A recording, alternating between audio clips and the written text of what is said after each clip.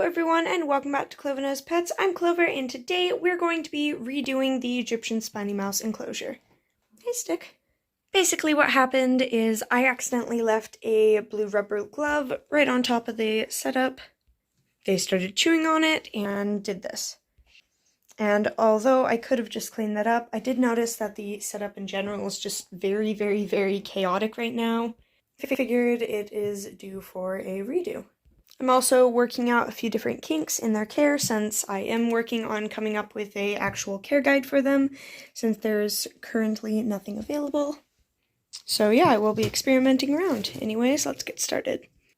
Hi babies. First step is to take everything out. Just going to be taking out all of the unwanted supplies that's no longer going to be in there.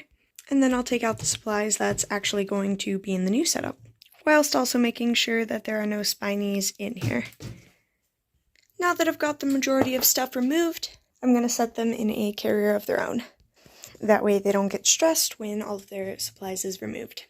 Not all of my spinies are hand tame yet, or at least not fully hand tame, so I'm just going to be using this to transport them. Just like that.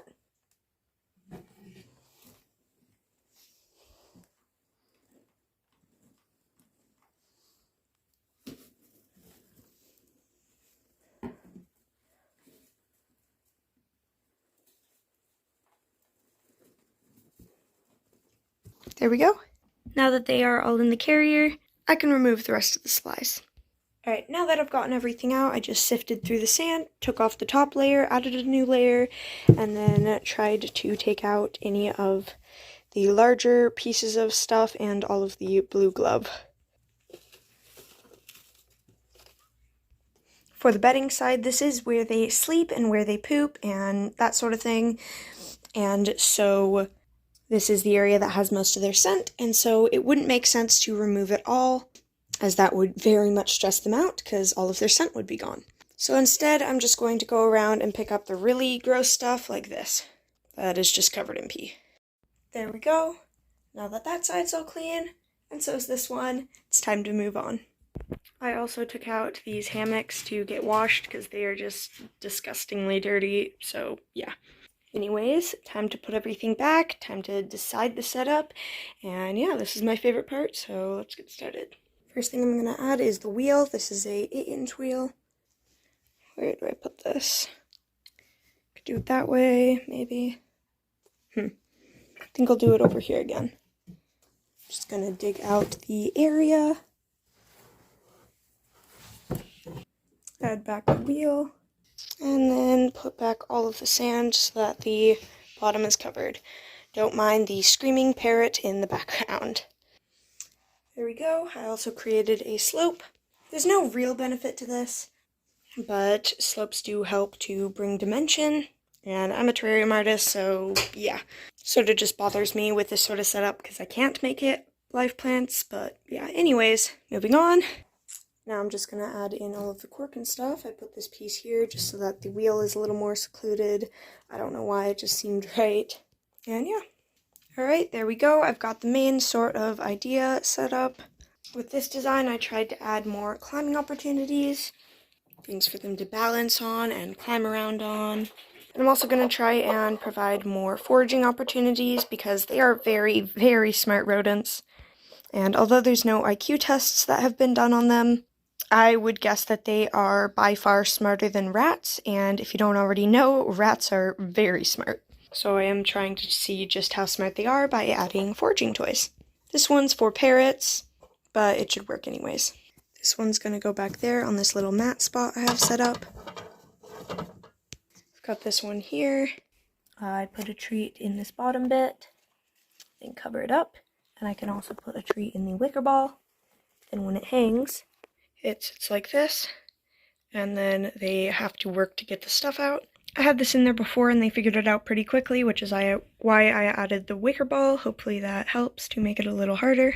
Just adding it there. I've also got the slate corner down there, which is where the water bowl will go. Obviously this does need to be cleaned out though. But yeah, so it'll go just like that. I also ordered some 3D printed toys, or well, foraging toys for them, and they haven't arrived yet, but those will be added later. and I will be making a video on it. I've also got this foraging toy here. Again, it's got the wicker balls, and then in here I can stuff pumpkin seeds, along with there is currently bamboo tissue paper in there. That way they can use it as a nesting bedding and as nest material. Put that back in this corner. Then we've got this foraging toy here. Basically, I put a treat in this bit, and they have to move this enough to get their hands in there and get it out. Yes, I said their hands. They use their hands for a lot of things, unlike a lot of the other rodents. And don't worry, I did check and make sure that this is large enough that they can easily get their heads in and out of it. But yeah, it hangs like this, and it's going to go right here. Now that we've gotten all of that done, I'm going to add back their chewing toys and other stuff. First of all, we've got this Himalayan salt rock. I tested it out in their last build, and they definitely were using it and licking it quite a bit, and that sort of makes sense. Seeing in the wild, they are known for eating clay for extra minerals, so I'm definitely going to be adding this back in, and it's just going to sit right back there. Next up is some cuttlebone.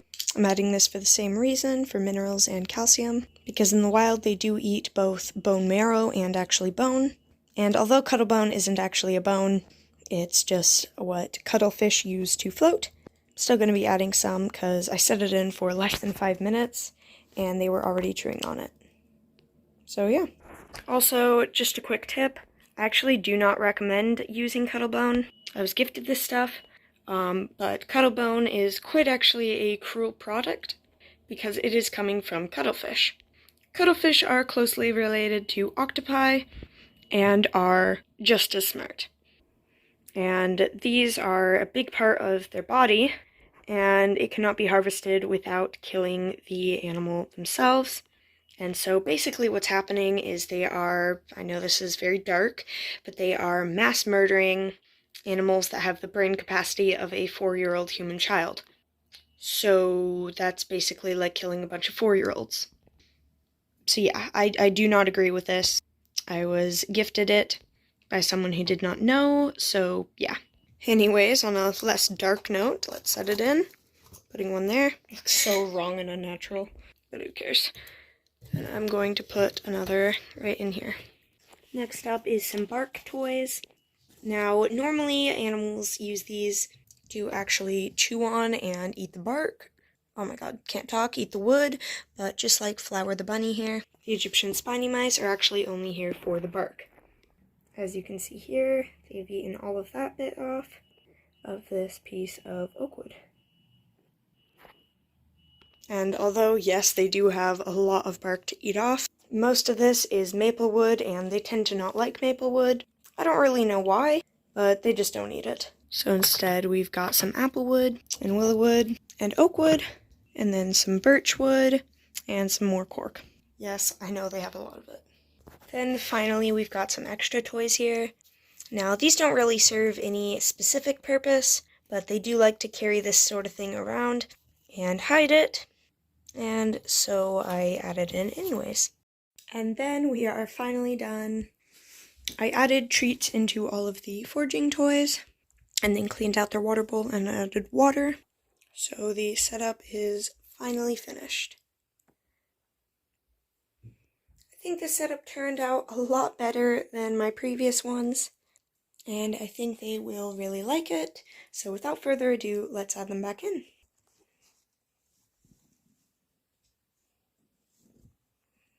You go in there, bud?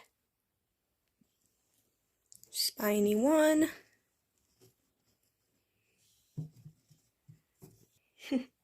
Spiny 2. 3. Bye, stick. And finally, 4.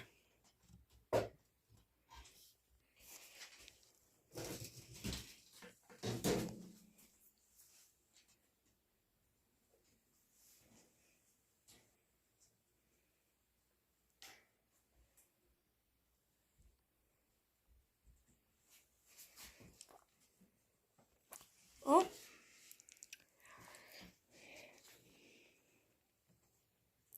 Eucalyptus is checking out the other side first. got this girl. Oh, found the foraging toy back there.